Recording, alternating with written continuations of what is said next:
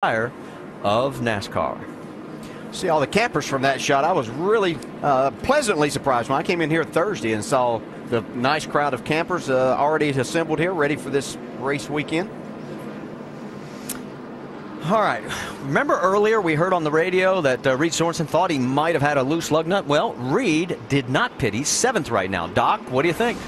Marty, that's the enigma here. He had the vibration, and the caution came out and said, what a break for the 32 car. But they had a discussion, and he said, look, he told his crew chief, he said, it's vibrating, but it's not getting any worse, so why don't I just stay out?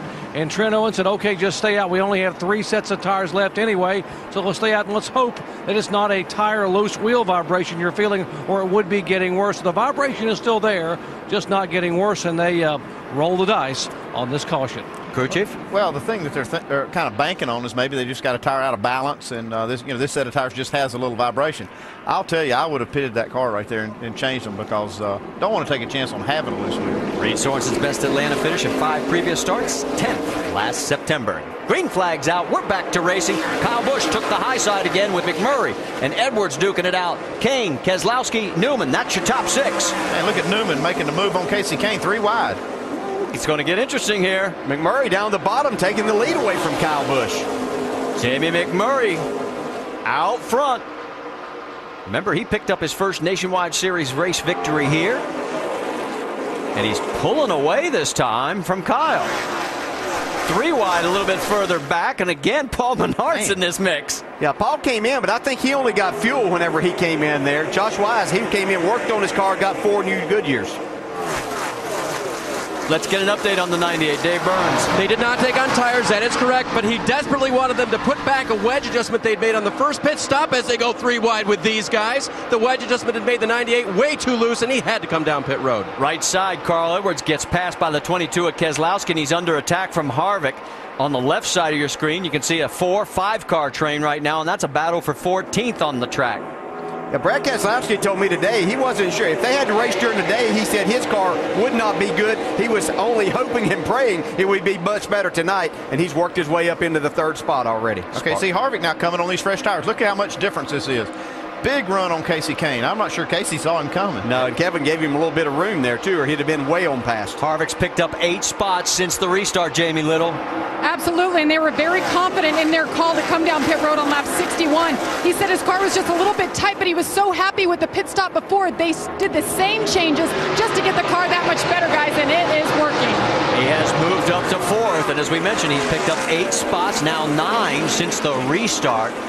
And you can see right behind him is Justin Allgaier, who's picked up 5. He should be able to take the lead here in this sequence because tires are just worth so much. Even though they only had 15 or so laps on them, it still makes a big difference. You'll see right now Kevin Harvick should be able to slice through these guys and get the lead. Yeah, these guys will only hope that got tires that this will have a long green flag stint right here as well to work to their advantage. Allgaier and Wise side by side. Remember, Allgaier got a lap down early, got the lucky dog.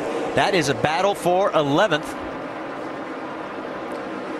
And look at the sparks flying off Allgaier's car. Yeah, Justin was telling me his car didn't have much grip, that he was hoping whenever the sun went down that might apply some grip to his car. It looks like it's helping him so far. Let's check in again because here comes Harvick. Man, it looks like he's got the afterburners on. Yeah, it's not even a fair fight when you have tires that much better. Oh, man, you feel like Superman when you get tires like this and the other guys stayed out there. Jamie McMurray might be thinking in his mirror, what is this lightning bolt coming towards me? Yeah, he knows what's coming. I mean, he can tell what's going on here. He knows Harvick's got fresher tires, but here's what he's banking on. He's going to be doing this to Kevin Harvick late in the race because he'll have an extra set of tires. I'll go ahead and take my medicine now to have better tires later. Well, we may have our 4th official leader when he comes back to the stripe because he just went around Jamie McMurray like he was standing still. And you can see he's opening up the gap, and so now it is our 4th official leader and our 5th lead change. Yeah, and I know that this is a tire situation right here, but I think if we remember back to last year, Kevin Harvick's car really came alive whenever the sun went down. And that's the thing we start focusing on now is whose car is most adjustable as the track continues to cool. How about this time why on the line we get the speeds at the line?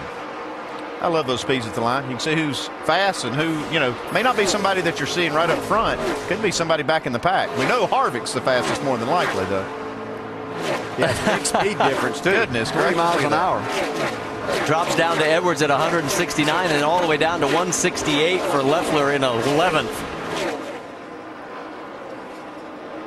Let's listen in on Harvick's radio. Need to get as far ahead as possible. Trying to lap as many as I can. 10-4. Interesting strategy. Try and put as much ground as you can. Well, you got to use those tires to your advantage, and he wants to try to just put as many people a lap down so they can't use that extra set of tires they have against him later.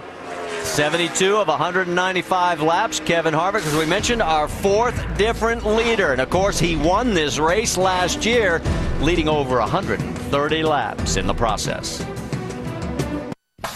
A beautiful night for racing for the NASCAR Nationwide Series Great Clips 300. Make sure to go to NASCAR.com for all your latest NASCAR information. We're at the Atlanta Motor Speedway, a little past the 1/3 mark of tonight's event.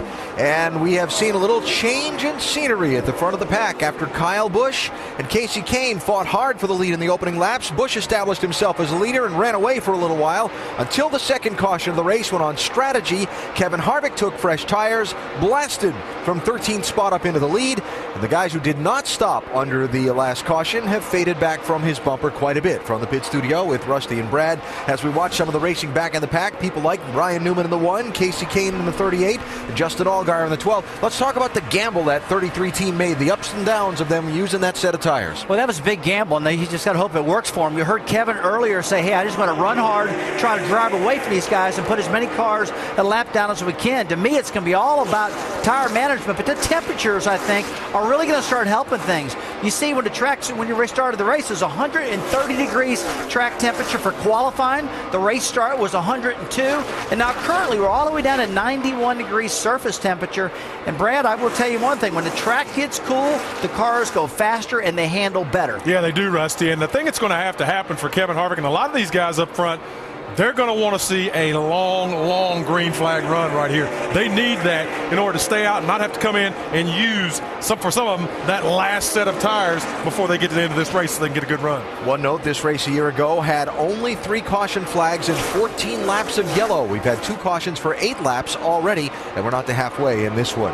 Casey Kane, one of the guys who did not pit under the most recent yellow for tires, Dave.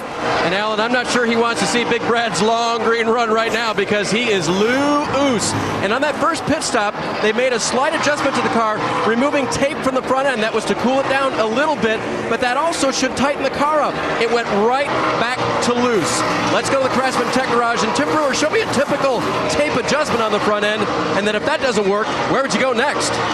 Tell you what, Dave, you got a little bit of a security blanket built in here, folks, because when you tape don't work on the front, always remember, all that 18.5 gallon of fuel that you got back here, it's going to transfer weight to the front of the car. And as the transition goes on, what's going to happen when you put more weight on the front tires, you're actually going to pin the front of the car and tighten it up. So when a tape adjustment doesn't work, the next thing you're going to look for is hopefully that weight transfer is going to tighten it up, but you're still going to have to go to work.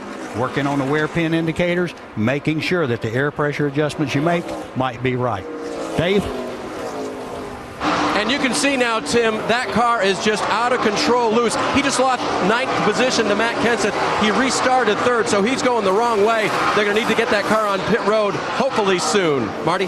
And I think the big surprise for us is track temperature is going down, but this looks exactly like it did at the beginning of the race. Well, when the track temperature goes down, you get a lot of grip. All the cars gain grip the same amount, but what happens differently is the balance doesn't change the same on every car. The way your car's set up, when that grip starts coming back, it can actually make one axle grip more than the other, and that's when you see these extreme loose conditions or tight conditions. Yeah, and you start going a little bit faster as we see Stephen Wallace here, who's made a great move. He's up to the 14th spot now, picked up 23 spots since the beginning of this race. But another thing can happen, you pick up some speed, you get more air on the nose, which makes more downforce, so then you're getting the back end of the car out of the racetrack a little bit more. So all of these things work against you. I'll tell you, Casey Kane's car has been slammed sideways since the start of the race. I don't know he's even held on to it. He even held the lead for a long time while this thing was just completely out of control. Well, he's losing a spot to Reed Sorensen. Now Joey Logano is attacking him as well, so he could be in 10th place here pretty quickly. And there's Josh Wise trying to fight his way back in towards the top 10.